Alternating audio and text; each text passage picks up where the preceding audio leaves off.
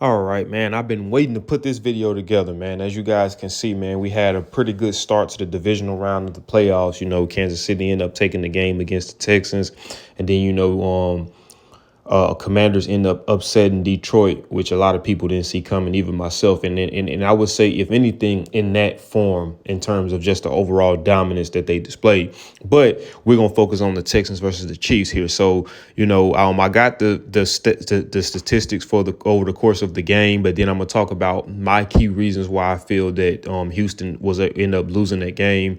I know a lot of people are gonna say the penalties, and I mean, yeah, it was some bullcrap penalties, but I felt like they kind of outplayed those in a sense and still had opportunities within the game to win. So we're going to start off with total yards. So the Texans had 336 total yards compared to the Chiefs. They only had 212 total yards.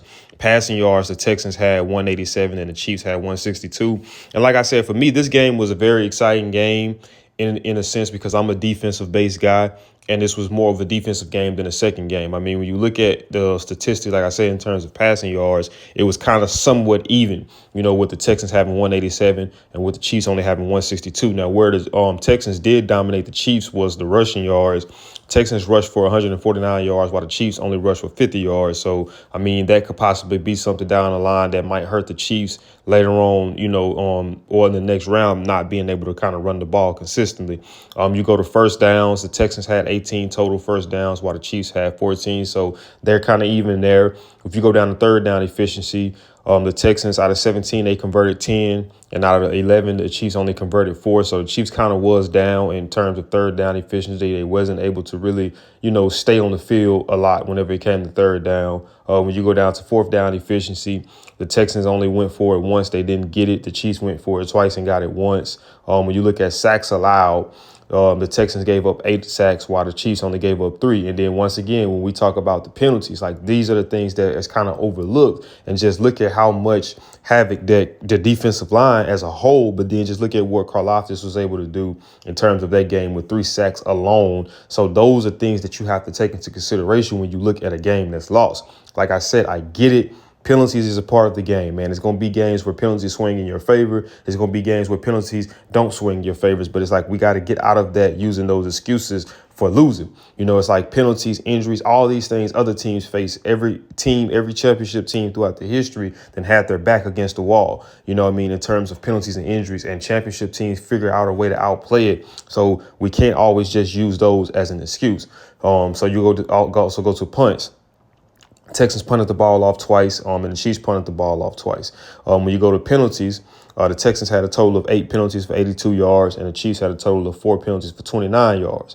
And granted, timing of those penalties could have been vital. I know one of those penalties, they were supposed to have, the Chiefs was on third down. I think that was the first one they called, which I didn't agree with, and that allowed them to move the sticks, and they eventually ended up kicking the field goal and getting 3 points. And then you go to fumbles lost. It was a pretty good game, offensively clean game on both sides. No fumbles was lost or no interceptions was thrown. When you go to time of possession, the Texans dominated with 33 minutes and 26 seconds, and the Chiefs had 26 minutes and 34 seconds. So now let me get into what I was saying in terms of why I believe that the Texans lost.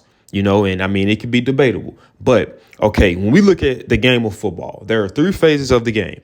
There's offense, there's defense, there's special teams. Depending on your philosophy, it might be in a different order, but that's just the pecking order, right? So when you look at offensively, the Texans played a pretty clean game. Like I say, you got 187 passing yards against a good Chiefs defense and no interceptions thrown, no fumbles lost. You know what I mean? So you look at the defensive side, you was able to hold Patrick Mahomes to 162 passing yards and 50 rushing yards. You know what I mean? So, and even when you look at the third down efficiency, like I say, 10 of 17, that's phenomenal. Like I say, you look at the sacks allowed, that was something that hurt them. They just wasn't really able to, block those guys up front consistently. And I know a lot of times people focus so much on sacks, but then you got to think about QB pressures too. Those are things that you got to take into consideration, which, CJ Stroud had a pretty decent amount of pressure on him all night. And that's just what the Chiefs do. They dial up a lot of different blitzes, and it's kind of hard to anticipate where they're going to be coming from. But now we're going to go to the third phase. And this is where the Texans was simply whooped, and you don't really see that in this stat line.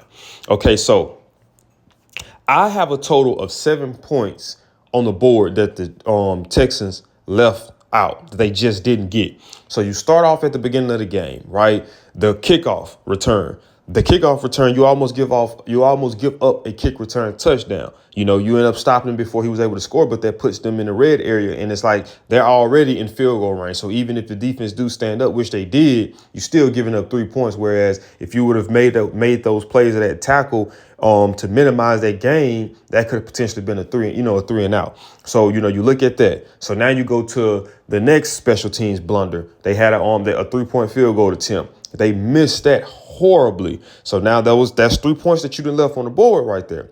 So now you go back to when they finally scored a touchdown, they end up missing the extra point. So now that's 4 points that you done left on the table. So then you go later on in the game, they end up getting a kickoff that was blocked. So now that's 3 points. That's 3. So that's 6. And that extra point that was missed, that's 7 points that they left on the table. And then not to mention, if you go back into, I think it might have been the third quarter where they was on 4th down and they let the play clock run down to like, it was like at 6 seconds, and they hiked it opposed to call it. And I think they had 3 timeouts at that point as well.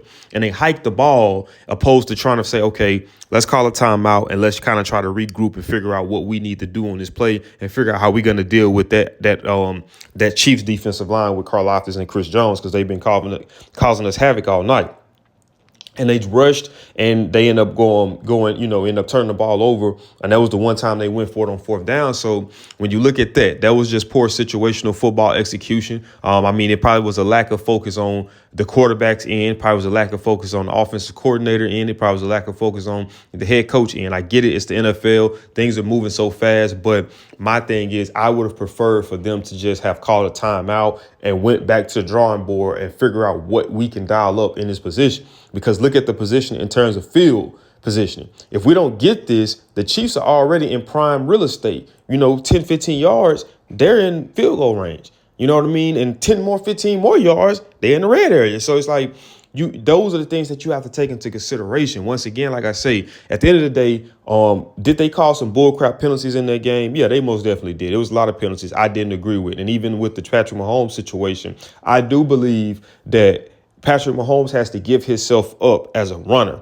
opposed to kind of two-stepping and trying to anticipate and get a flag. I get it, but at the same time, you got to give yourself up. Now, some people might say, well, next time I would just hit him to let him know that won't be tolerated. And hey, as a defensive guy, I wouldn't mind that. At the end of the day, it's not fair to the defense, because it's like we have to react based off of what he's going to do. So it's like we have to see what he's going to do first before we can react. And that's not fair as a defensive guy, especially when you fly into the ball and you're playing, at 100 miles per hour. You're asking me to slow down and allow him to make a decision, and then I react to it based off of that. And that's not the way it's supposed to be. If you see me coming at you full head of steam, you need to either say, okay, I'm going to give myself up, or I think I'm really like that and I'm going to try to run through this tackle. So I do agree with what a lot of people were saying in terms of that. But like I said, once again, you had opportunities to play through it. You had 8 penalties for 82 yards. The Chiefs had 4 for 29 yards. And I get it, the timing of it. Like I said,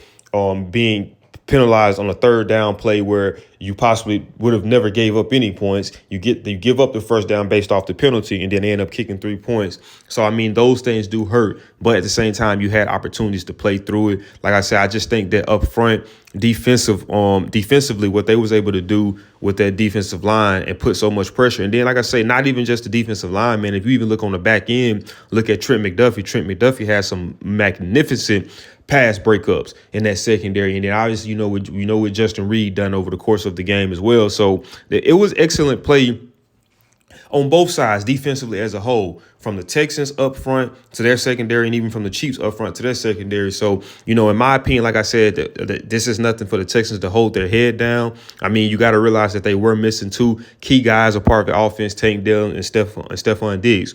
And I think that even if they would have possibly had Tank Dell, then it would have been a little bit better for him. Obviously the only person they had was Collins, and for the most part, I'm pretty sure that the Chiefs was doubling him in those gotta have it situations, and it just wasn't other people wasn't able to step up enough over the course of 4 quarters to be able to combat, make up for what they lacked in terms of losing those guys, But I think overall, outside of special teams, it was a pretty good performance by the Texans. I think that for me, I gained a different level of respect for CJ Stroud because for whatever reason, I kind of was starting to doubt him as a quarterback. I just didn't feel that he had that dog mentality, based off what I seen in that game against the Chiefs where Tank Dell went down and he was on the sideline crying.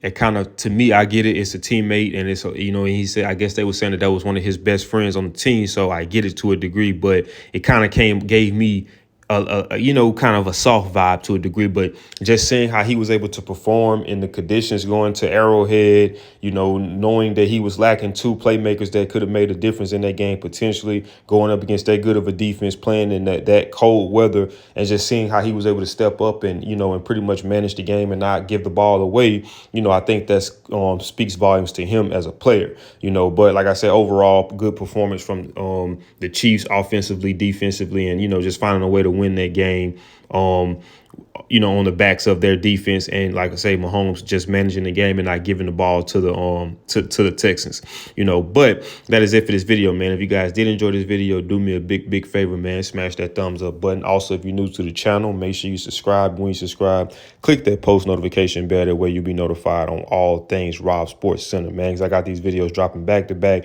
and you don't want to miss it. Stay tuned and I'll see y'all in the next video.